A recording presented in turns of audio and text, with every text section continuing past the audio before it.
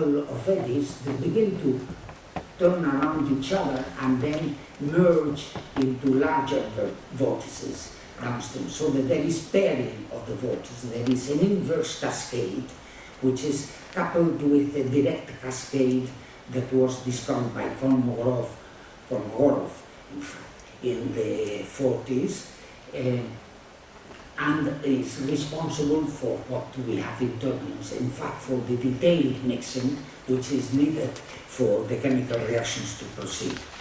Well, I guess I have to stop here. Well, anyway, I will show you some of the pictures how the Reynolds number, when the Reynolds number increases in the propane jet, the structure of the flow is changing, and it involves many length scales. There is, for example, in the right hand side, in the middle one, there is a jet, a cold jet inside, separated by the region where the chemical reaction is taking place, and mixing between the fuel and the air, and this is where the buoyancy forces act, and there are large eddies in there. And in addition, there are very small eddies in the middle associated with the turbulent flow. So that is why this experiment was carried out at our school, including by Antonio Lecuona and also Juan Carlos Raseras, who is now in the University of California, Berkeley. And I simply finish by telling that how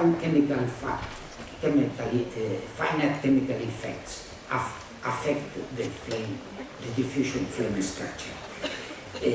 Again, I have a conservation equation for the fuel, and in the right-hand side, the Duncan number appears, as you see before. But the Duncan number is strictly dependent on temperature due to the Arrhenius factor. And what happens is that the Duncan number at the initial temperatures of the injector, of the fuel in the injector, is very small, so that the chemical reaction cannot take place at that region. While at the high temperature region, the Duncan number is very large, so that there is a characteristic temperature for which the Duncan number is of order unity, and so that there is no chemical reaction for accounting for the large sensitivity of ratio temperature in the upstream cold region, and we have equilibrium flow downstream. And then we have a structure which is, as shown in the last figure, where there are premixed flames that separate a region upstream where the reactions are chemically frozen from a region downstream where there is a diffusion flame, and in between the two premixed flames that originate. These are what we call the triple flames that are involved in the partially mixed combustion, which is very in the case of lifted flames.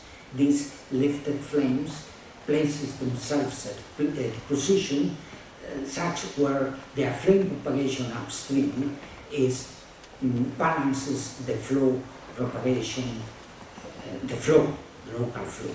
But the flame propagation process is affected by the heat release because the streamlines are deflected outwards when they approach the leading edge of the diffusion flame. They move outwards, and the flow the flow velocity is decreased, and so that they can propagate at velocities which are larger than the premixed flame propagation velocity, in fact up to a factor of order 3, roughly of order 3. And then that is also obviously the effect of combustion, of turbulence in this flow. And let me stop here and thank you very much for your patience.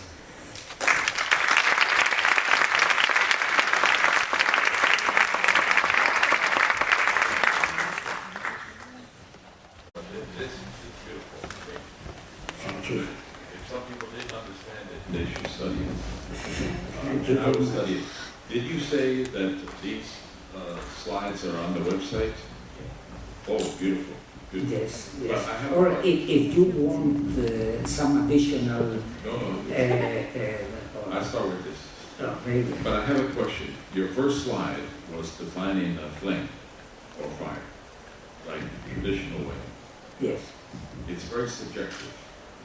yes, yes, yes. Can you? But it is the common Well, I knowledge. know it's common, but can you define it in a quantitative way? Like it must have this temperature at least, Ah, yes, or yes, it must yes, have yes, this yes, yes. reaction per Yes. unit volume. Yes, yes, yes. Can you do that? Yes, I do not know if I should put it in there, but the main thing is that the way to approach that is to look at locally at the structure of these transition layers, Good. beginning with the idea that they are very thin. They are 10 to the minus 4 millimeter, no, 10 to the minus 1 millimeter. And so that they are very thin. And this, so that locally when you place yourself as observer there, you do not see. You will burn your finger. Eh? You will burn your finger if you place it. So that, in fact, my professor of fluid mechanics, the teacher of the fundamentals of combustion, was telling me that in the combustion meetings there were a lot of people with all types of with the disabilities due to the experiments, and I am sure that you are finding them there, so that if you somehow follow as an observer the flame, you see a very thin flame, very slightly curved, but the gradients, the main gradients, are across normal to the flame, so that you have a very thin layer. And upstream, the chemical reactions, the temperature is so low that the chemical reaction have no time to take place. And as soon as the temperature goes up, then you have a thin reaction layer. And in fact, Zeldovich and Frank Kamenetsky were the ones that gave this structure of the flames, taking advantage of the large activation energy. And so that you have this thin layer, and you can calculate as an eigenvalue the flame propagation velocity, because there is only one value of the flame velocity for which there is enough time for heating and diffusion to preheat the fuel to increase the temperature to the level at which the chemical reaction will take place. And downstream you have equilibrium flow, so that looking at this one-dimensional structure, you can calculate the flame velocity. I did not show that it is very interesting. If I can find, no, yes, if I can find because it is something that has no clear explanation. Yes, here it is, in fact. Well, yeah, I guess, no, yes, here it is. This is the flame propagation velocity calculated or measured experimentally in terms of the equivalence ratio. The equivalence ratio is unity for a mixture which is stoichiometric. And it comes down to the right for rich mixtures and for lean mixtures. And this is the structure of the flame.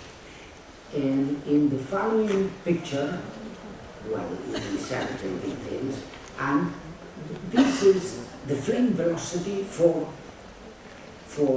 methane, ethane, and propane. the methane has CH4, 4 hydrogen per carbon atom, and while propane has the ratio is closer to 2. And the flame velocity is increasing from one to the other. It is associated with the energy that is required to break the bonds that bond the H to the carbon. And so that you see this, but if we keep on looking at the other saturated hydrocarbons, the ones that involve only one bond between each carbon, all the velocities fall in the same line, which is astonishing.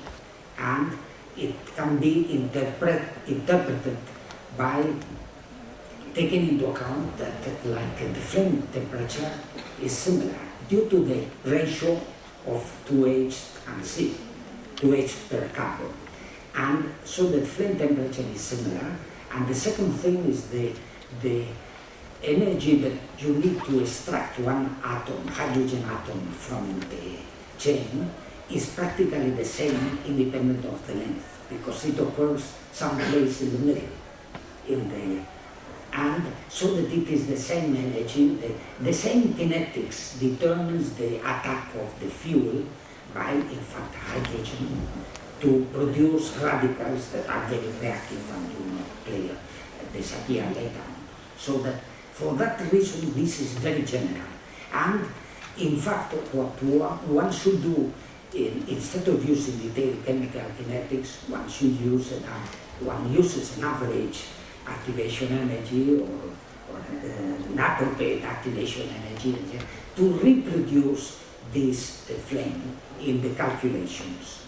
So that if you want to do direct numerical simulation of this turbulent flow, you can use this, you have to reproduce this.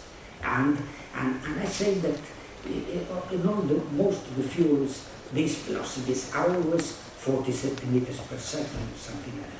And in fire, you would probably generate fuels more like this. Yes. Yes, because there is pyrolysis first. And then in addition, then it is true that CO, if you want to follow the CO, you have to go through the things. There is no, you have to at least use a two-step or three-step mechanism, or typically 5-step mechanism that works for many other things. Others, you have you can do post-processing to calculate, for example, very often you can use post-processing to calculate the CO concentration. And begin with an overall rate that involves only CO. If we just go back, then these temperatures will define the time. Yes. The temperature, I don't have it. Maybe 2200 K. Yes, it's 200 K for all of them. The flame temperature is very similar. It's very similar. The plot is very similar.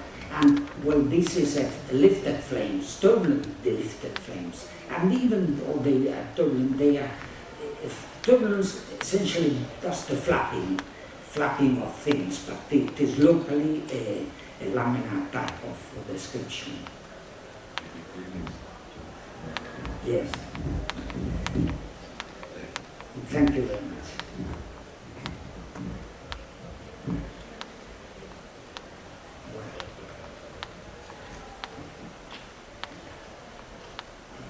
Well, thank you.